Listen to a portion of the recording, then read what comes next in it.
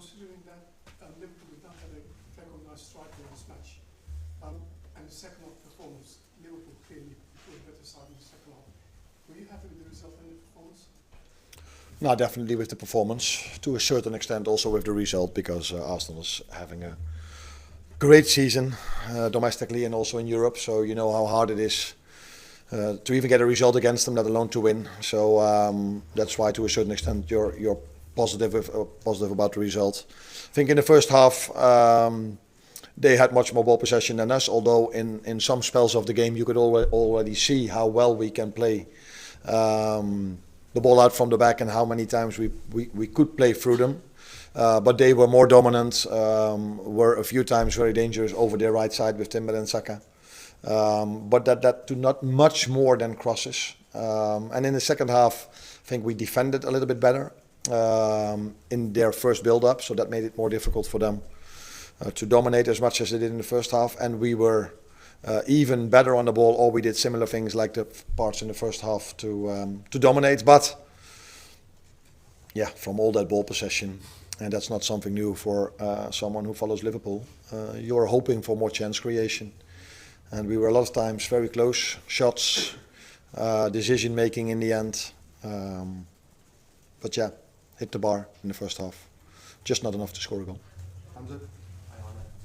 Do you think it's acceptable that Gabriel Martinelli shoved Conor Bradley while he was injured? No, I got the same question just a second ago.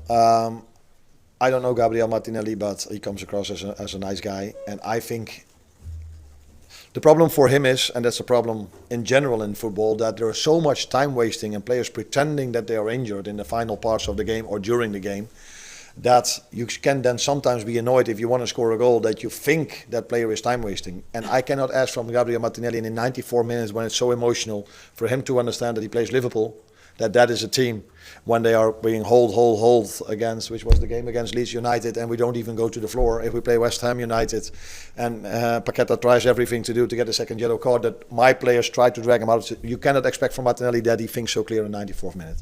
So I'm 100% sure that if he knew what the injury might be, that he would never do that. And but it doesn't look great if he has the injury, which we fear he might have.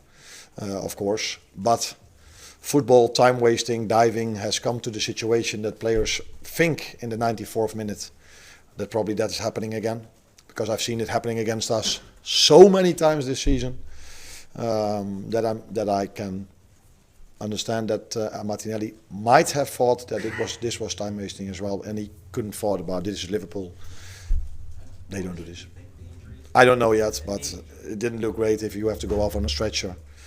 And I think we could both, when we see the video, we both think probably the same. But yeah, we have to wait on the scans if it's that bad, or maybe he can play on Monday. Let's hope so. Well, that was actually the only substitution you made. Yeah. That probably, when you look at Arsenal's bench and the 5 players they brought on, that sort of tells you a lot about where the two teams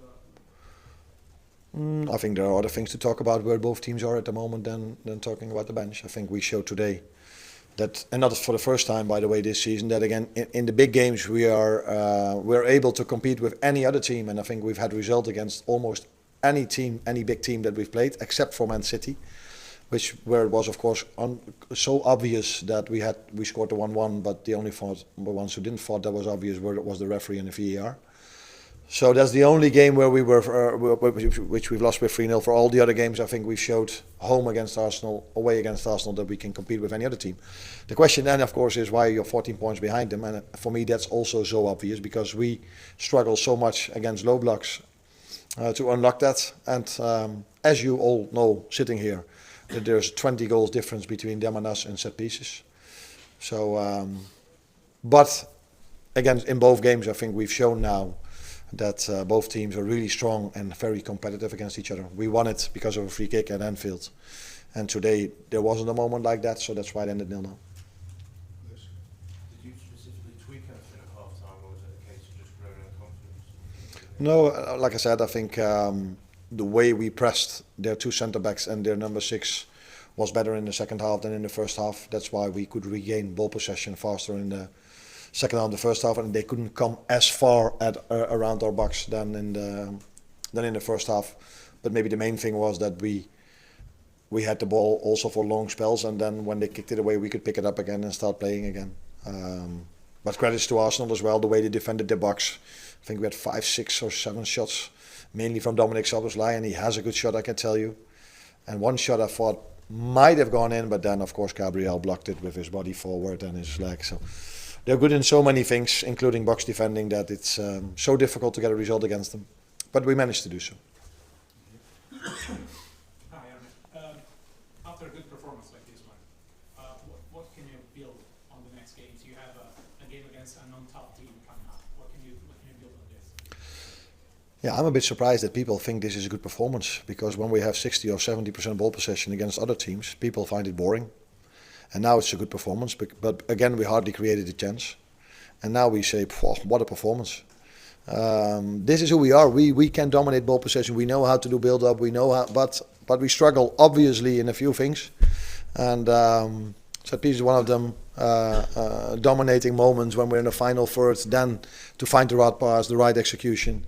That is something that's still not at the level some other teams are, and that's why we are working every single day. But yes, we did really well in ball possession. But for me, it wasn't that much different than playing Leeds at home or Fulham away, where we dominated ball possession as well. But then people are annoyed by the fact, because these teams are not of the magnitude of Arsenal, then it's not good enough. Which I completely agree on, by the way, because I want to see us creating more chances as well.